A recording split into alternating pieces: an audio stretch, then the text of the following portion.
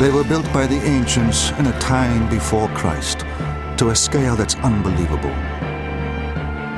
They dared their creators to push engineering to new heights, which still astound us today. Architecture and sculpture continue to stand in the shadow of their genius. Now, by revealing the secrets of the past, we can unlock the mysteries of their construction, which earned them the highest distinction as the Seven Wonders of the Ancient World.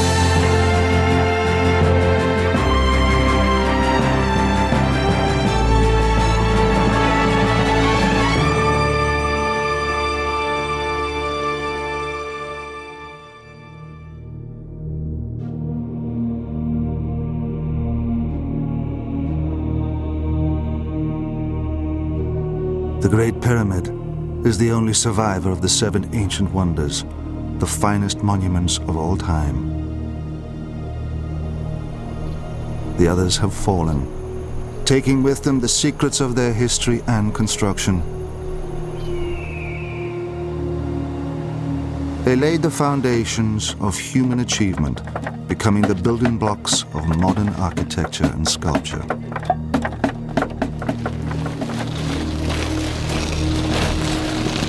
From the world's largest pyramid to the very first skyscraper, the seven ancient wonders were all massive construction projects. They challenged their creators to conquer the scale of their ambitions. To solve nearly insurmountable construction problems, visionary architects were forced to conquer the unknown with extraordinary results. There were the Hanging Gardens of Babylon, built high above ground, displaying their color in the middle of a desert. Exotic and mysterious, they have enchanted us through the ages. Standing upon an arid plain, how were the Babylonians able to conceive them? The ancient gardeners had a great knowledge of horticulture, but what plants were they able to grow in the Hanging Gardens?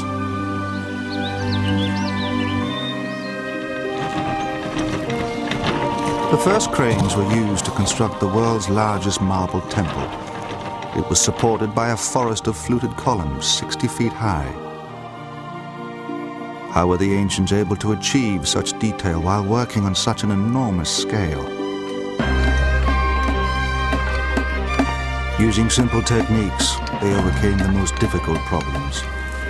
Solid marble lintels weighing 40 tons were lowered with hair's breadth precision. An ingenious technique was used to create the finest sculpture of all time, the giant statue of Zeus, lifelike in every detail. How was it possible to create a statue of ivory taller than a 4-story building?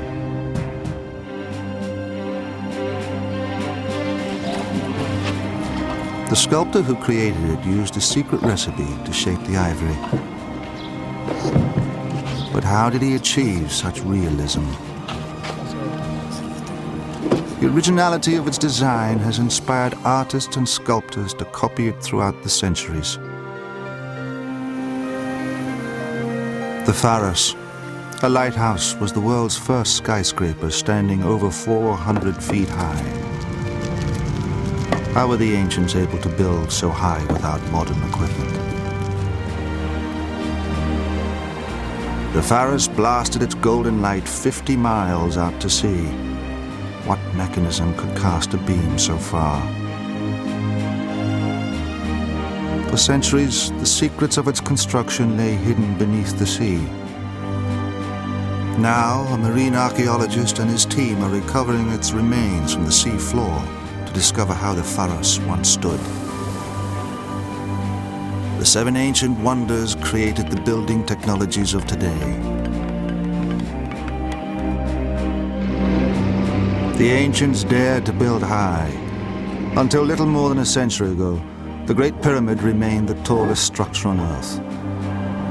Only with modern engineering have we mastered the technology to build higher, giving rise to our finest skyscrapers and even buildings made out of glass. The ancient builders took risks to attempt the impossible. Now, nothing is left to chance. Today's creations stretch to the heavens, but their foundations are embedded deep in the past.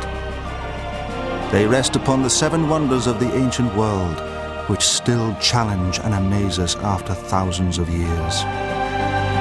Their origins lie in the ancient Greek world.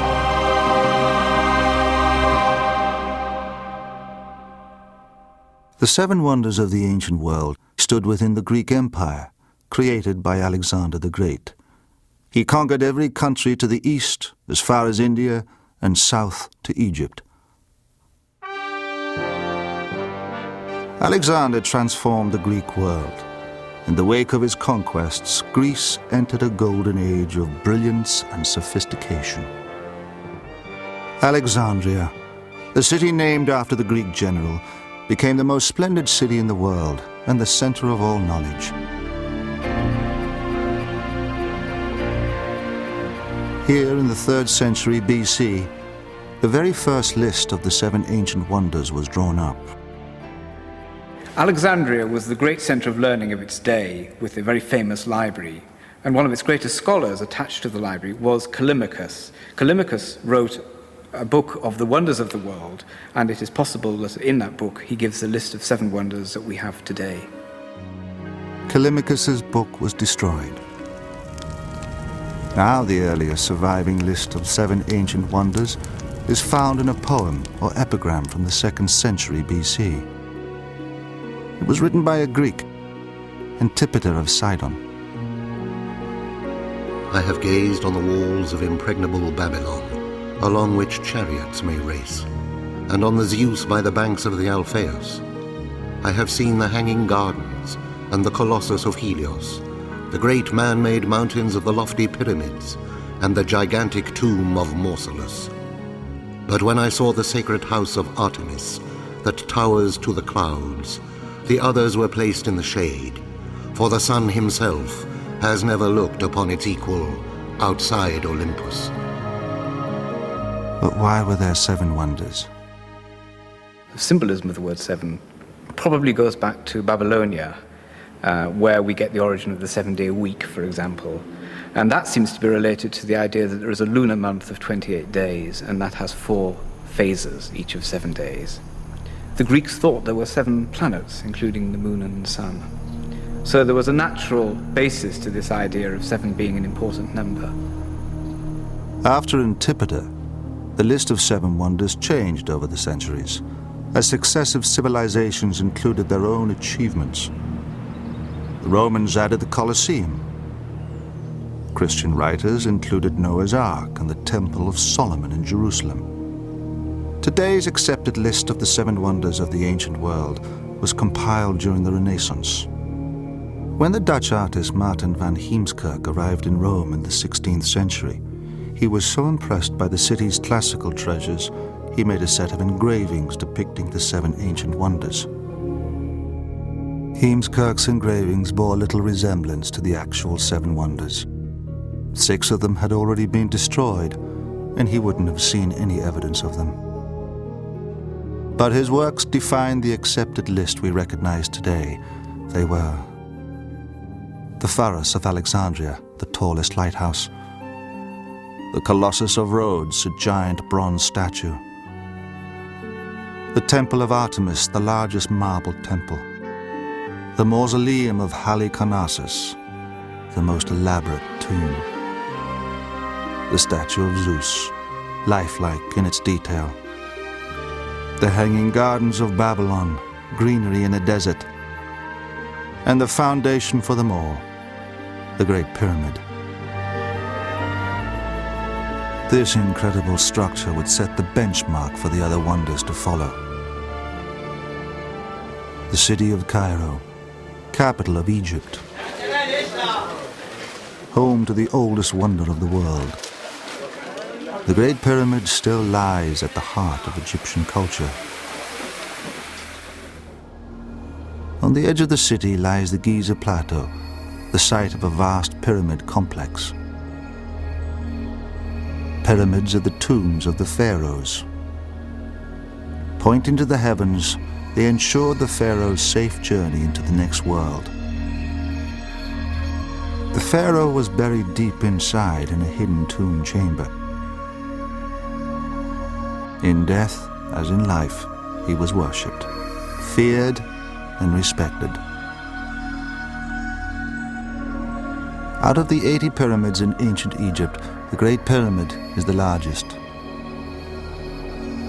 It was built in 2560 BC for the pharaoh Khufu. Like all pharaohs, Khufu was more than a king. The Egyptians believed he was the living image of a god come down to earth. The Great Pyramid is the largest stone structure in the world. It dwarfs all comparisons. Nearly as tall as the Washington Monument, 5 cathedrals can fit within it. Yet it was constructed without machinery or even iron tools. How were the ancient Egyptians able to build it? In the 5th century BC, the Greek historian Herodotus tried to find the answer. He gathered his information from the hearsay of local priests. The account he has left us is unreliable. The pharaoh Khufu compelled his subjects to labor as slaves for his own advantage. Some were forced to drag blocks of stone from the quarries in the Arabian hills to the Nile. The work went on in 3 monthly shifts, 100,000 men in a shift. Herodotus's inaccuracies were exaggerated throughout the Christian era and later popularized by Hollywood. Guaranteeing the successful passage of the pharaoh into the next world was every Egyptian's duty.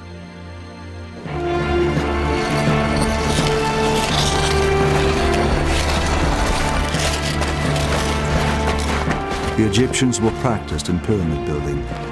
Their production line ran highly efficiently. Instead of Herodotus's 100,000 slaves, only 20,000 laborers were used. In place of soldiers with whips, help was at hand to tend the sick and injured.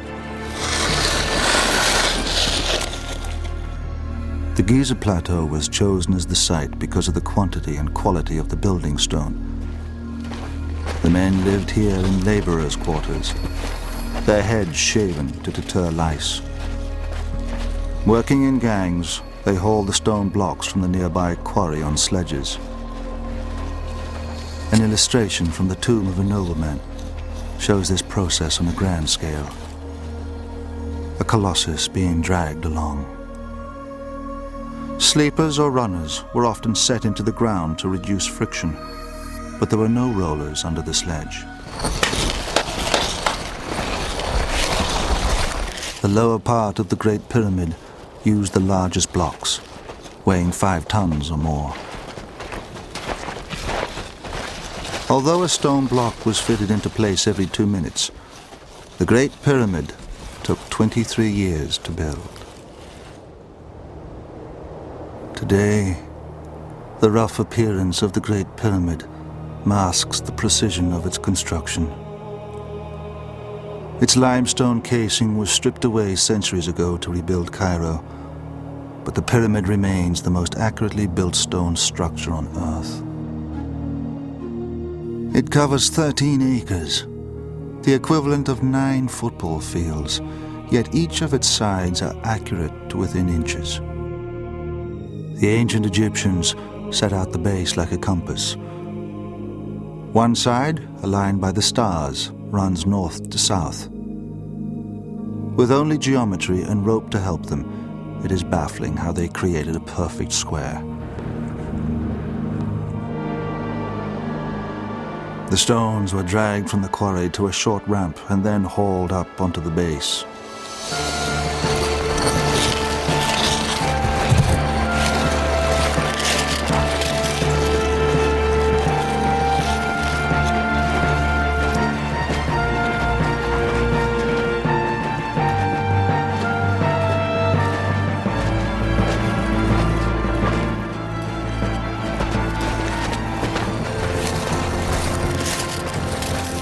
After the stones were hauled up onto the base, they were then moved upwards using a girdle or spiral ramp.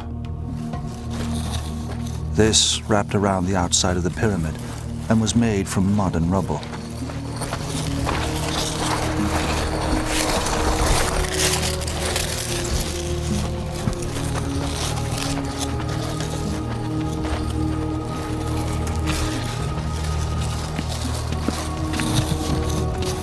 The spiral ramp grew higher as the pyramid was gradually built up. No one knows with certainty the exact ramp design. Other archaeologists believe the ramp was a straight one. But a straight ramp to the top would have ended up being a mile long, stretching far beyond the quarry. To retain a manageable gradient, its length and height would have needed continual adjustment. On the other hand, the spiral ramps have cornering problems.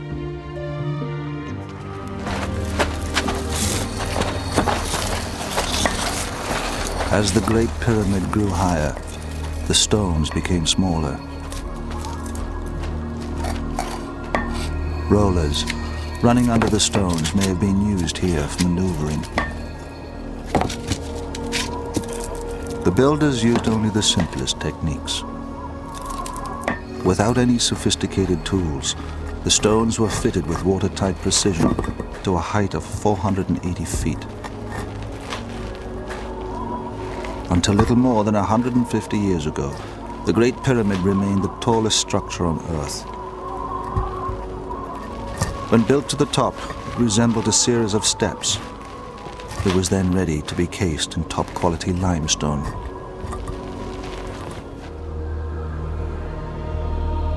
After 23 years, Khufu's tomb, the largest pyramid ever built, was complete.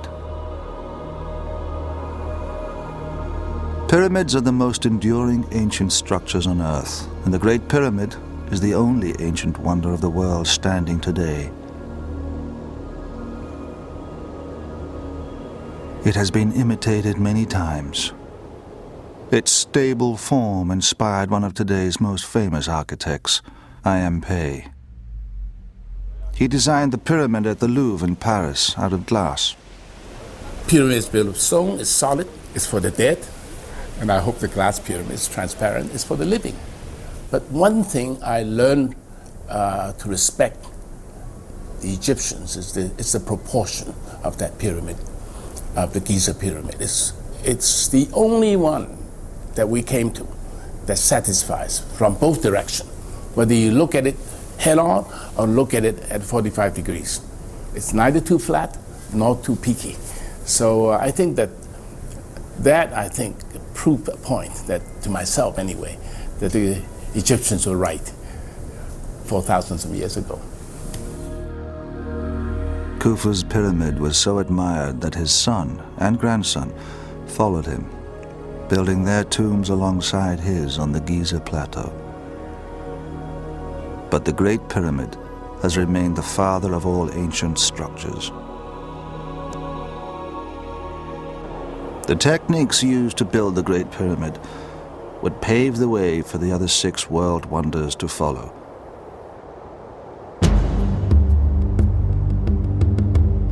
The Great Pyramid, the foundation for the other world wonders, was built in 2560 BC.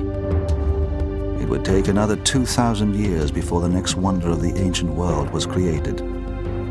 Across the deserts to the east, the Hanging Gardens adorned the most spectacular city on Earth, Babylon. Although the royal gardens were constructed 2,000 years after the Great Pyramid, they have vanished without trace. Fragments of the ancient city survive, but the Hanging Gardens have been lost forever. Some scholars doubt whether they could have existed here. How was it possible to have built terraced gardens in an area without building stone? Babylon's built on a huge, great, flat alluvial plain, and there's no stone nearby, so they have to use mud. And they would dig the mud from the riverbank, creating a sort of moat around the city. and then the mud would be formed into bricks. And then as it bakes in the sun, you would end up with really quite a sturdy product. As long as you created a big, wide, massive wall, essentially, it would be a very strong and capable material.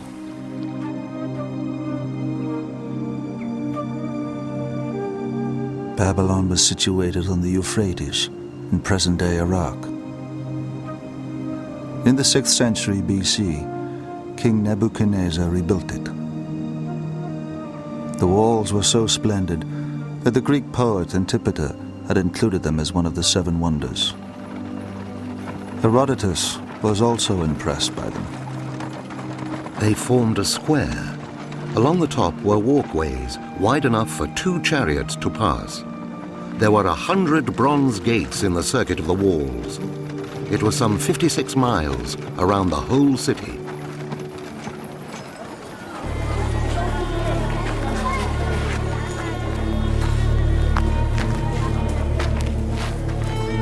Behind the Ishtar Gateway, inside the city walls, the streets were laid out on a grid plan. Babylon was the most splendid city in the world. A blend of sophistication and order.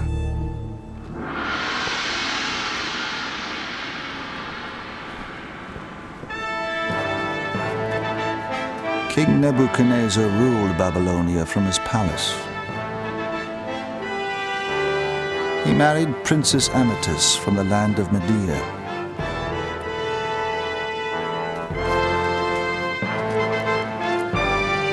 Their marriage symbolized a prosperous union between their countries.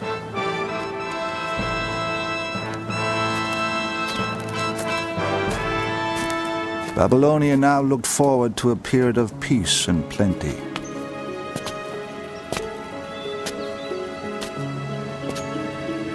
Above the palace, Nebuchadnezzar built the grandest celebration of this new era, the Hanging Gardens. They were a spectacular surprise for his queen. The earliest account of them comes from Berossus, a priest writing 200 years after they were built. And within this palace, Nebuchadnezzar erected the so-called Hanging Garden, because his wife, having been brought up in the country of Media, had a passion for mountain surroundings. In the Middle East, gardening was a respected profession. Plants were grown for medicine and also for the perfume industry. The importance of fragrance may explain why accounts record that some gardeners were blind and some female.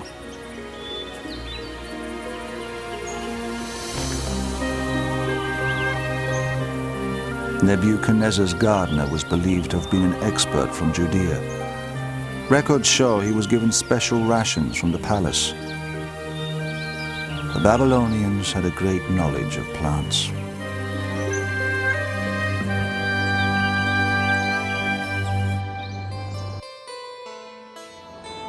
Oak, willow, and cedar, ilex, plane, and palm. The lists of the trees and the plants in the Hanging Gardens are endless.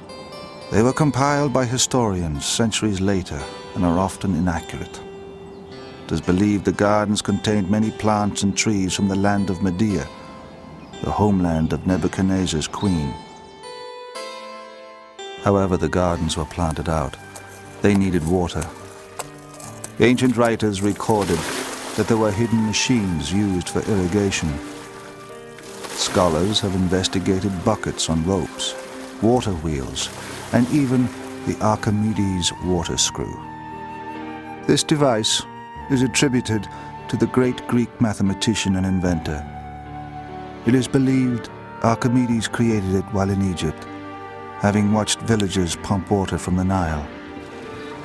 But the Hanging Gardens were built 2 centuries before him. Today we overcome our engineering problems with machinery. The ancients often looked no further than human labor, and in Babylon there was an endless supply. The Western perception of the Hanging Gardens has been highly idealized. Terraced gardens with abundant water, even waterfalls.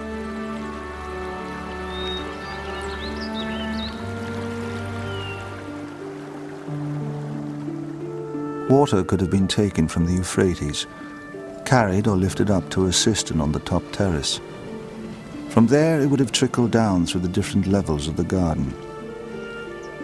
The irrigation of the Hanging Gardens is only part of the riddle, taunting archaeologists. The more baffling puzzle has been to find their exact location.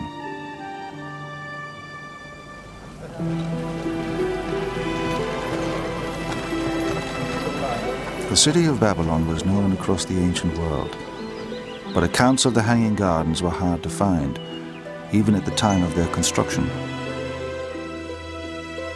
It is likely they were destroyed within a century of their construction. After Nebuchadnezzar, Babylon became a pawn in the struggle between the Persians and the Macedonians, and was severely damaged.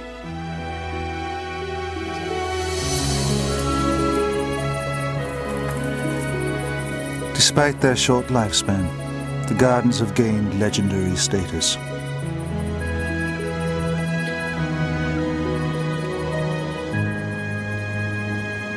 They remain unique among the seven wonders as the only one displaying nature's beauty, and they live on as the most famous gardens ever.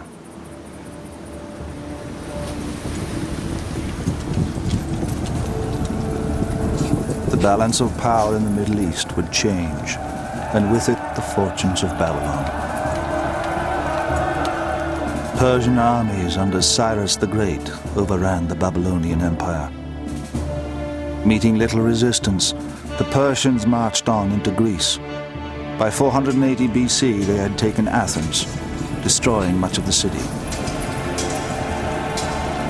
But the Greeks fought back and defeated the Persians. Within 10 years, the statesman Pericles came to power. Athens was rich from the spoils of war. Pericles commissioned monuments glorifying its victory, including a new temple to the goddess Athena, the Parthenon. It was decorated with lavish friezes. The most famous are known today as the Elgin marbles. The finest Greek sculptors worked on the Parthenon. Pericles was so impressed with one in particular, named Phidias, that he made him the chief designer. Phidias would become the Michelangelo of the Greek age.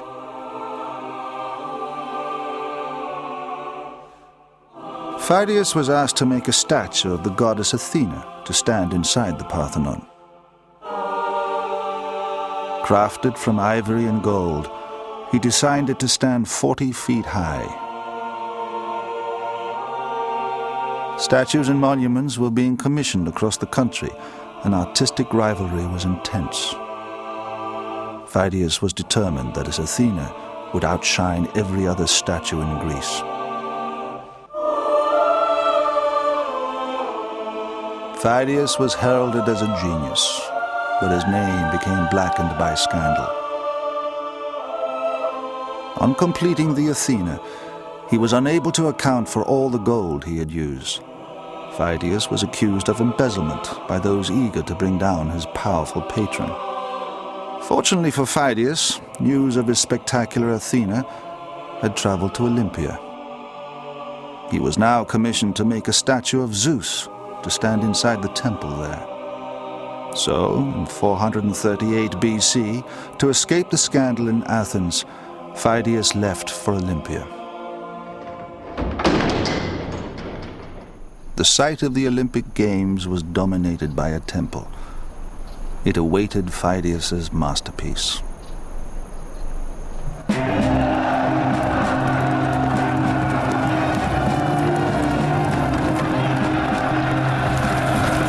The Olympic Games attracted competitors from all over the Greek world. Wars stopped when the games were held in honor of Zeus, the supreme god.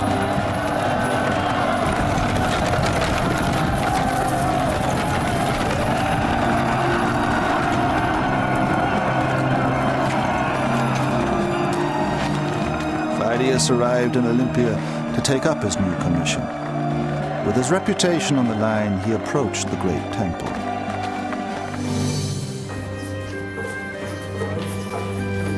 Until Phidias, ivory carving had only been executed on a small scale.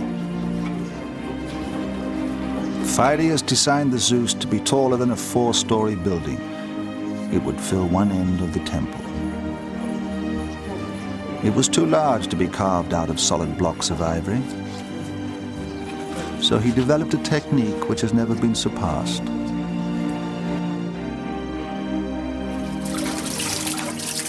Phidias developed a secret method for softening the ivory.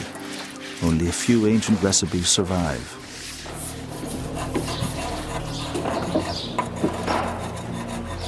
Phidias and his assistants painstakingly followed this technique of shaping every detail.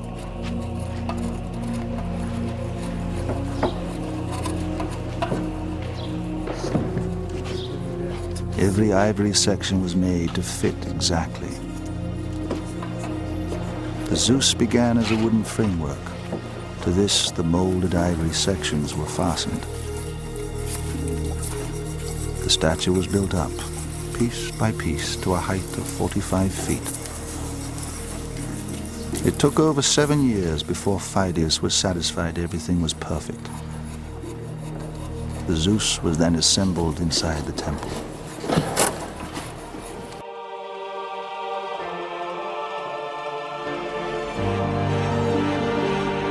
The writer Strabo, in the 1st century AD, was critical of its revolutionary composition.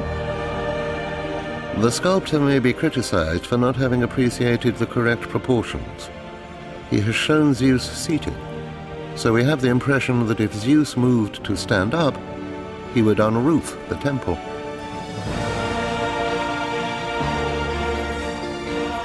The Zeus sits still. He's holding his emblems of power, the victory in his right hand, the scepter in his left.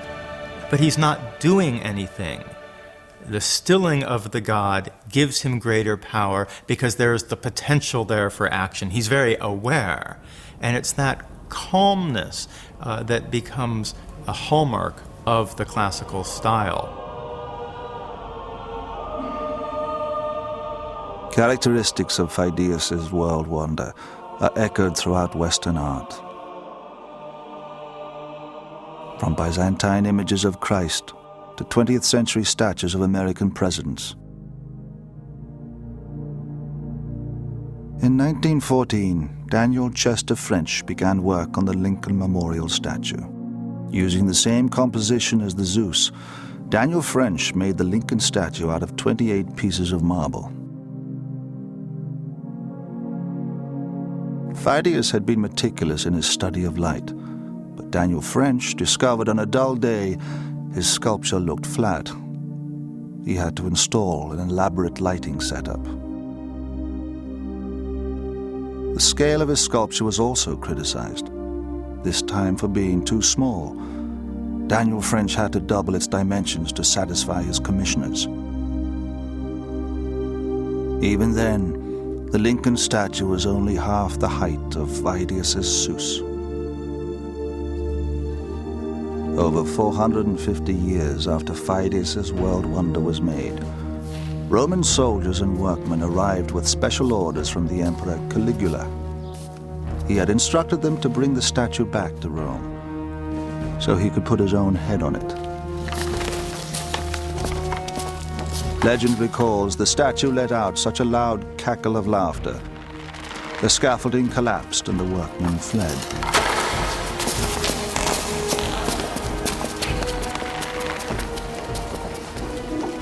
Luckily for them, the ruthless emperor was assassinated before they returned to Rome, empty-handed.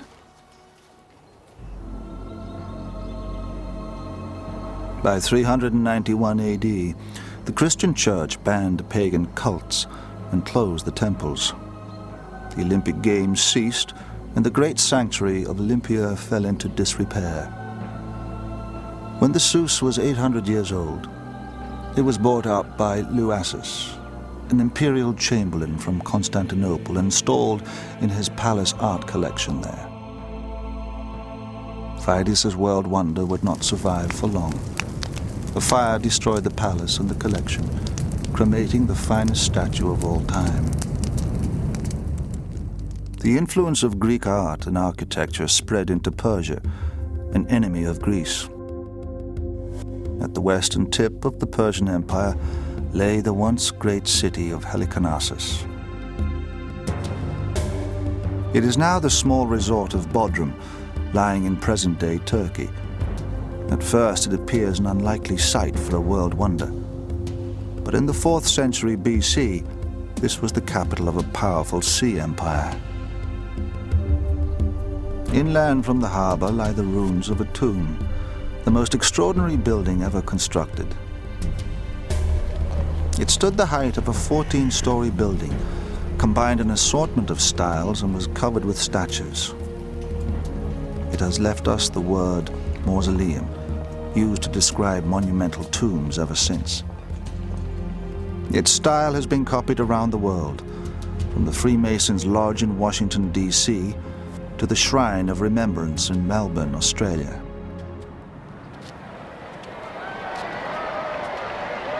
The creation of this incredible structure was down to the vision of one of history's little-known yet extraordinary figures, King Mausolus. A Persian governor, or satrap, he became king of this area, known as Caria. Mausolus's unusual behavior included marrying one of his sisters, Artemisia. Erratic and headstrong, he founded a dynasty upon tyrannical control.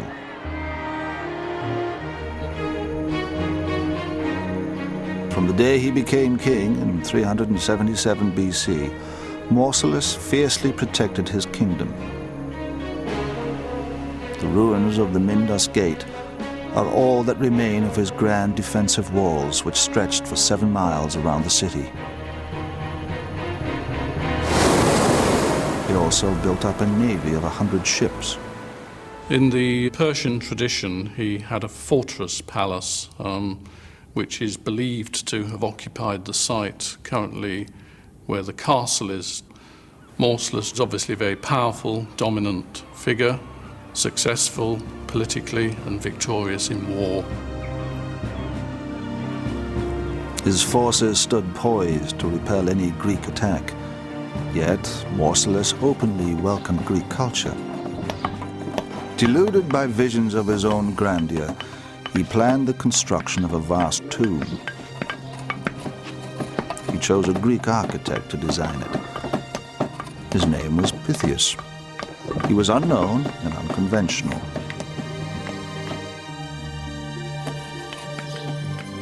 The Persians had a tradition of building tombs. Mausolus followed the example of the Persian king Cyrus the Great. But Mausolus's tomb would be far grander. Pythias designed for him an extraordinary building. It defied the conventional styles of the day. Apart from the Great Pyramid, it stood twice the height of any known building in the Western world, 14 stories high. The tomb would be unique. It would incorporate different styles from different countries.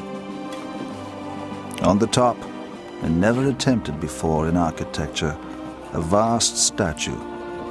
Below, a stepped roof, inspired by the Egyptian pyramids.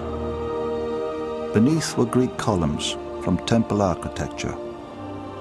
Under these, giant statues resembling friezes, another architectural innovation. At the base was a tomb chamber. This alone used over 12,000 tons of stone. Mausolus gave orders for his tomb to be built on top of an existing royal burial site. Unlike the Great Pyramid, built on stable rock, Mausolus's site presented problems. The mausoleum needed foundations dug to a depth of 20 feet. They soon flooded.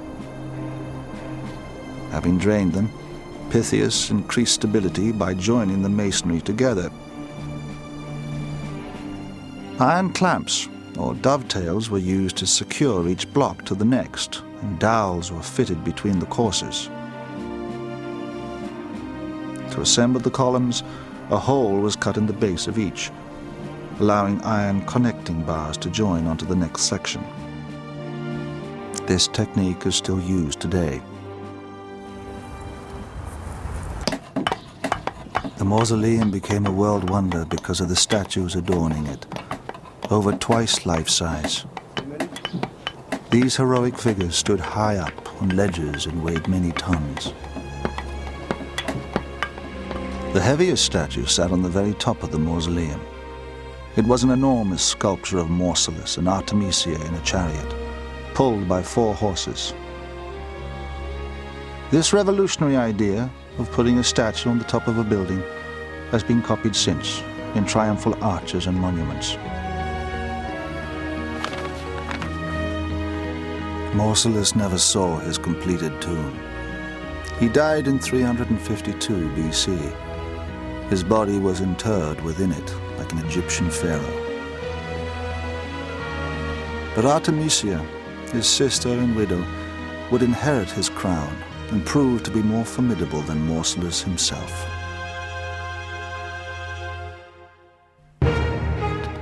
After the death of Mausolus, Artemisia became queen.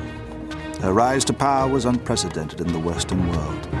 She continued to oversee the construction of the tomb. Throughout her short reign, she demonstrated her strength. Her bravery in war led the Persian king Xerxes to exclaim that his men had become women and his women men. There is the famous story that the Rhodians decided to attack Halicarnassus after the death of Mausolus, when Artemisia was in control, thinking presumably they could easily overthrow a feeble woman. But she outwitted them and in fact captured them, and then returned to Rhodes with the Halicarnassian fleet and captured Rhodes. Although she appeared to be invincible, her brother's death had weakened her spirit. Her decline was so tragic it was later romanticized by Renaissance artists.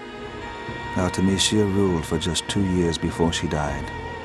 She was interred alongside Mausolus, her brother and husband. Like Egyptian pharaohs, they were carried away to the next world in their chariot.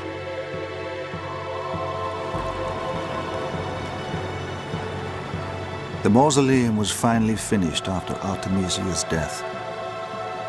Her younger brother and sister also married before the dynasty died out. The mausoleum remained an object of admiration until the 15th century, when an earthquake destroyed much of it. The stone blocks were used for rebuilding the castle of St. John in the harbor. Most of the statues, which had made the mausoleum a world wonder, were thrown into lime kilns to make cement.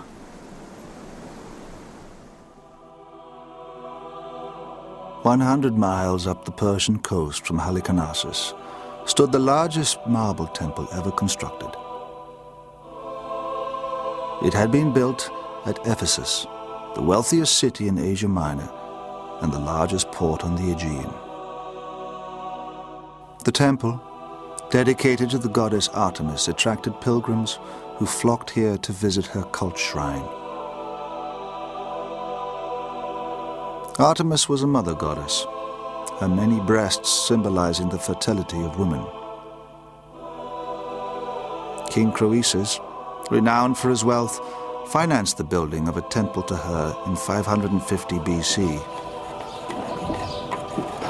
The architect chosen to build it was Chersiphron. Although he was highly trained in temple construction, this commission was on a scale never before attempted.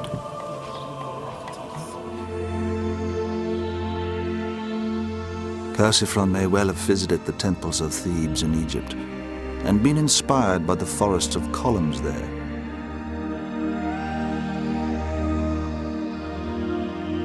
His temple of Artemis would be built entirely from marble and have 126 giant columns. Chersiphron's first challenge was to ensure a constant supply of enormous blocks of marble. The quarries were 7 miles from the construction site, and some marble blocks could weigh as much as 40 tons. Chersiphron's methods of moving stone were much more advanced than the Egyptians 2,000 years earlier. He invented an ingenious roller pulled by oxen.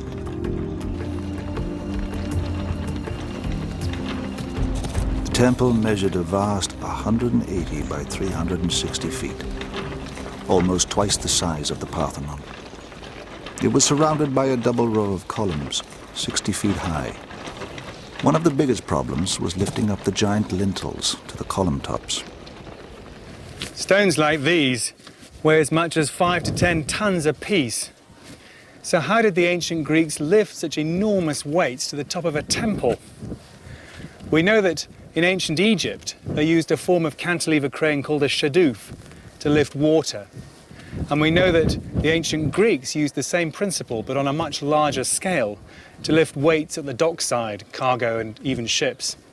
So we can imagine that it's entirely possible that they used the same type of cantilever crane inside the temple, perhaps mounted on a mound of earth and stone, so that they could build up a platform halfway up the temple to give them the leverage they would need to reach right to the top. Unlike the pyramid builders 2,000 years before them, Chersiphron's craftsmen now had iron tools. This enabled the marble columns to be fluted and decorated, but it called for greater care in handling them. Chersiphron had to ensure the 40-ton marble lintels were placed in exactly the right positions, or the whole temple could collapse like a house of cards. He contemplated suicide when faced with lowering the final section. A similar problem had once confronted the ancient Egyptians when lowering a 60-ton sarcophagus down a 30-meter shaft. Their solution was simple. They fill the shaft with sand, and they put the sarcophagus above the sand, and they cut a side shaft, and they take the sand from the side shaft, the sarcophagus will go down. Chersiphron adapted this Egyptian technology to solve his problem. The sand was let out of the bags, slowly lowering the stone into position.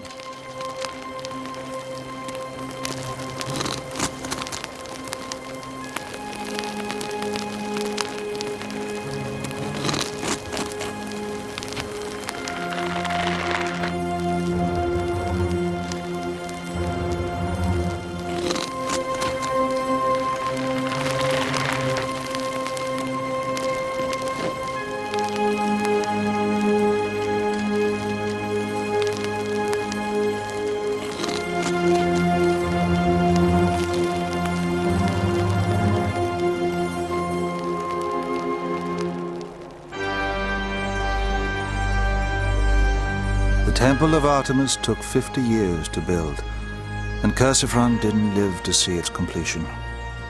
His son followed him to finish the construction. The temple became a massive tourist attraction. Then, on the night of Alexander the Great's birth, tragedy struck. Legend records that the goddess Artemis left the great temple to be with him. While she was away, a pyromaniac, wanting his name to be remembered forever, burned the temple to the ground. The temple had a wooden roof and staircase. Once a falling beam had toppled a column, collapse was inevitable. Although the pyromaniac's name was erased from all records for his appalling crime, the word Herostraton has remained to describe infamy. But the Temple of Artemis had a second life. Within decades, it was rebuilt, becoming one of the 7 wonders of the ancient world. During its reconstruction, Alexander the Great conquered every country around the eastern Mediterranean, bringing Babylon and Egypt into the Greek Empire. After his death in 323 BC, the empire was divided up amongst his generals. Ptolemy took Egypt, Antigonus seized Asia Minor. In between these two powerful territories lay the small island of Rhodes. The islanders allied with Ptolemy of Egypt. Outraged, the Antigonedes from Asia Minor attacked Rhodes with a huge fleet. Against all odds, the Rhodians defeated them and celebrated their victory by building a giant bronze colossus to their savior, the sun god Helios. There were many bronze statues on the island, but the colossus was easily the largest. To build, it cost 300 talents, equal to 300 warships.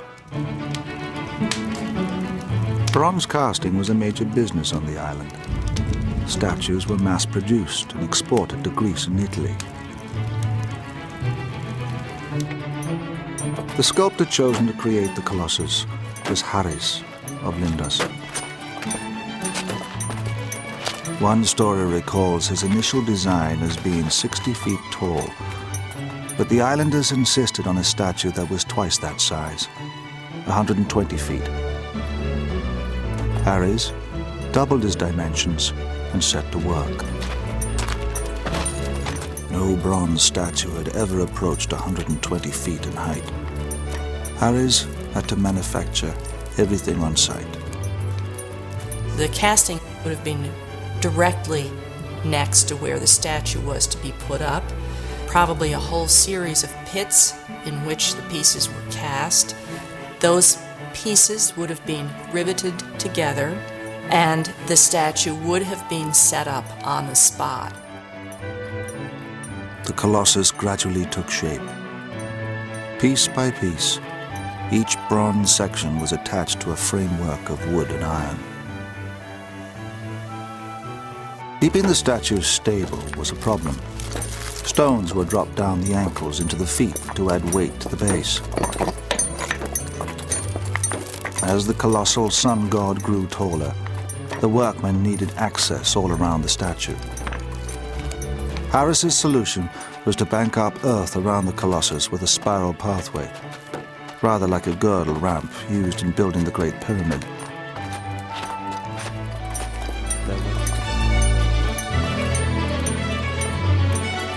By the time Haris reached the head of the colossus, the mountain of earth was 100 feet high.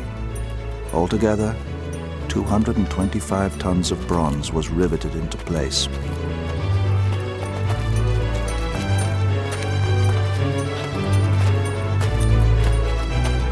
Gold rays were fitted to his crown, which pointed to the sun.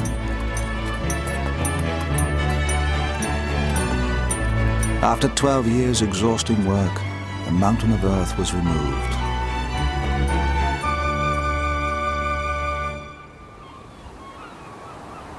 Haris' magnificent colossus of the sun god Helios, 120 feet high, was left to stand guard at the harbor side. When you scale up a structure, you have to think very carefully about how it's going to support itself. What works well when it's small may not work at all when it's large. If you scale up a hollow sculpture, for example, then the weight of the shell itself may overload it. And any tall, thin structure or sculpture will be much more vulnerable to wind and earthquake. The colossus stood for just 56 years. In 226 BC, an earthquake brought it crashing to the ground, burying several houses beneath it.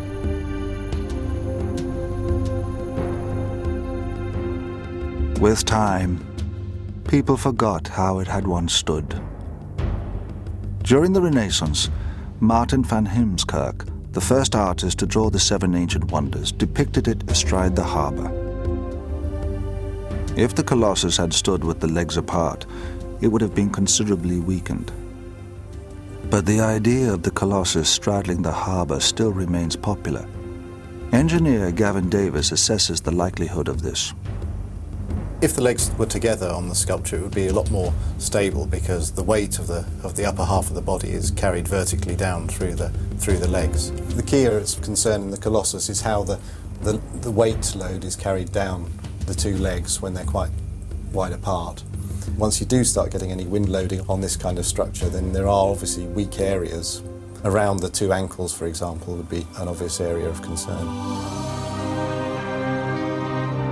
Over 2,000 years after the Colossus, Auguste Bartholdi designed the Statue of Liberty. He employed the greatest engineer of the day, the Frenchman Alexandre Eiffel. The Statue of Liberty was an engineering innovation. Eiffel designed an iron framework to form a backbone. The statue, a hollow shell made from copper, was then hung over the frame. Unlike the Colossus of Rhodes, the outer casing carries no weight at all. Consisting of 300 copper plates weighing 80 tons, its weight is transferred by ribs and armature bars to Eiffel's central skeleton. Avoiding the mistakes of the Colossus, Eiffel introduced revolutionary technology to ensure the Liberty would stand forever.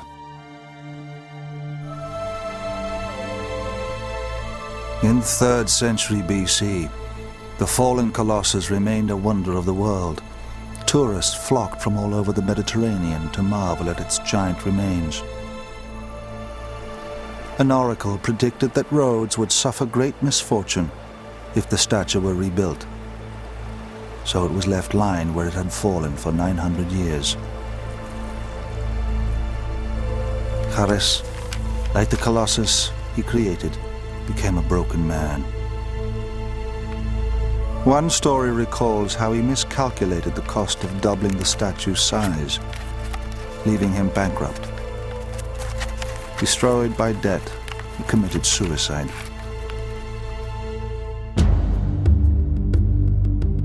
The last of the 7 ancient wonders was built in the city that had given birth to them all, Alexandria.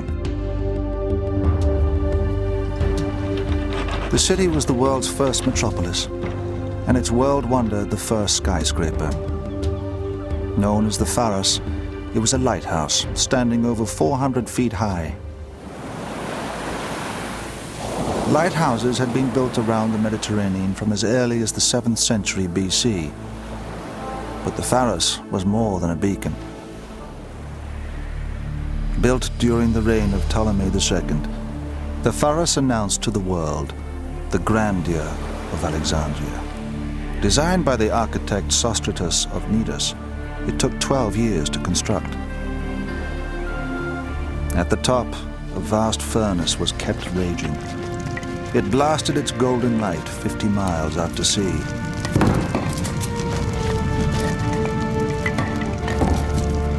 Some reports mention extraordinary solar mirrors used to laser enemy ships at sea. The Pharos was built in 3 sections. On the base sat a square tower, 233 feet tall. The second section was octagonal, and above it was the lighting apparatus. It's believed a spiral rampway inside allowed donkeys to take up the loads of fuel. The light at the top was created by a furnace. It was directed out to sea via large bronze reflectors. Alexandria was the largest port in the Greek world, and it is likely that the city had access to many raw materials. Various fuels have been suggested, ranging from wood and oil to fats and tree resins. The Pharos was built from solid blocks of granite and limestone. Unlike tall buildings of today, its walls had to bear all the weight of the masonry above.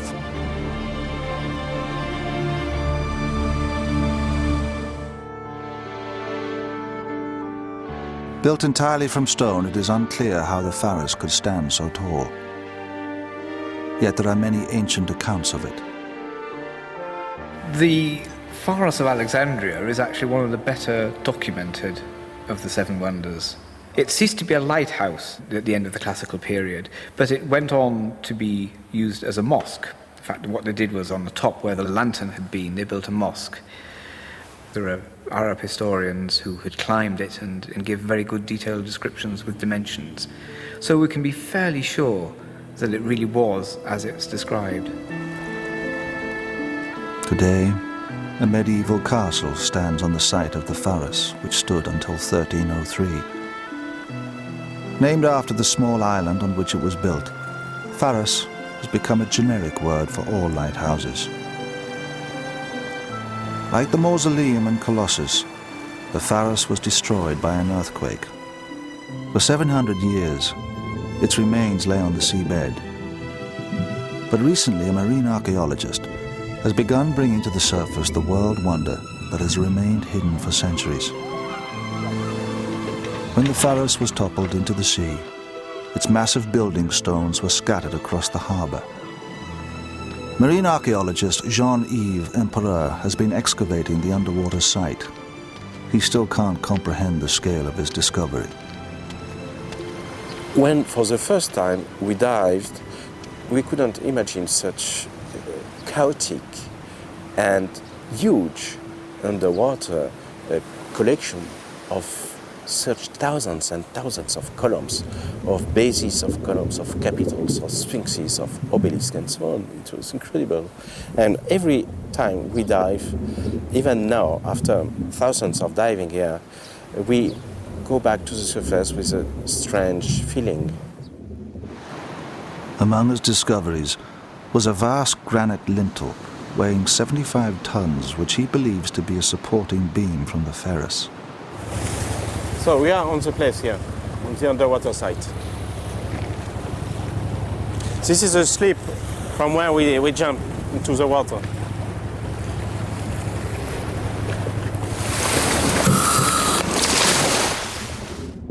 Jean-Yves has been diving here since 1991.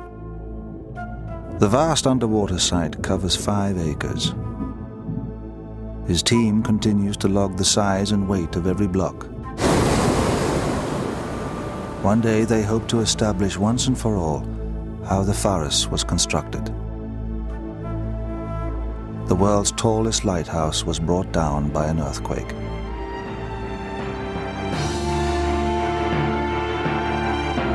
Today's architectural wonders stand within the safeguards of science and technology.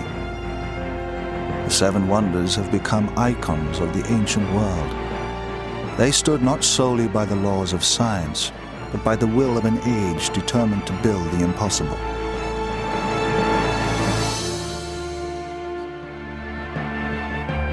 Architecture and sculpture continue to pay a debt to the excellence of their construction.